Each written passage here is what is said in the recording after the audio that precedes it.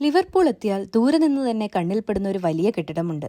ആദ്യം കണ്ടാൽ ഒരു കൊട്ടാരം പോലെയോ സിനിമയിലെ ഏതെങ്കിലും സെറ്റ് പോലെയോ തോന്നും. പക്ഷേ അതൊരു കത്തീഡ്രലാണ്, ലിവർപൂൾ കത്തീഡ്രൽ. 100 വർഷത്തിലധികം പഴക്കമുള്ള ഈ കെട്ടിടത്തിന്റെ നിർമ്മാണം 1904 ആരംഭിച്ചത്. ഏകദേശം 74 വർഷങ്ങൾ വേണ്ടിവന്നു നിർമ്മാണം പൂർത്തിയാക്കാൻ. ലിവർപൂൾ സിറ്റിയിലെ സെന്റ് ജെയിംസ് മൗണ്ട് എന്ന ഉയർന്ന സ്ഥലത്താണ് ഇത് സ്ഥിതി ചെയ്യുന്നത്. ലിവർപൂൾ ലൈം സ്ട്രീറ്റ് സ്റ്റേഷനിൽ നിന്ന് ഏകദേശം 15 മുതൽ 20 മിനിറ്റ് വരെ നടന്നാൽ ഇവിടെ എത്താം. ഏറ്റവും നല്ല കാര്യം, ഇവിടെ വരാൻ നിങ്ങൾ ക്രിസ്ത്യാനിയോ ഒരു പ്രത്യേക വിശ്വാസമുള്ള ആളോ ആവണമെന്നില്ല. ഈ സ്ഥലം എല്ലാവർക്കും തുറന്നതാണ്. വിനോദസഞ്ചാരികൾക്കും ഫോട്ടോഗ്രഫി ഇഷ്ടപ്പെടുന്നവർക്കും ചരിത്രമറിയാൻ ആഗ്രഹിക്കുന്നവർക്കും ഒരുപോലെ സ്വാഗതം. സാധാരണയായി രാവിലെ 10 മണി മുതൽ വൈകിട്ട് 6 മണി വരെ സന്ദർശകർക്കായി തുറന്നിരിക്കും. കത്തീഡ്രലിന്റെ ഏറ്റവും ശാന്തമായ ഭാഗമാണ് ലേഡി ചാപ്പൽ.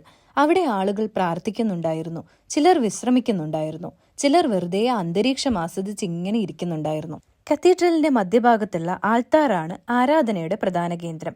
അതിനു ചുറ്റുമുള്ള ഭാഗങ്ങൾ വളരെ മനോഹരമായിട്ടാണ് രൂപകൽപ്പന ചെയ്തിട്ടുള്ളത്. മറ്റൊരു പ്രത്യേകത, ലോകത്തിലെ ഏറ്റവും വലിയ ചേർച്ച് ഓർഗൻസിലൊന്നാണ് ഇവിടെയുള്ളത്.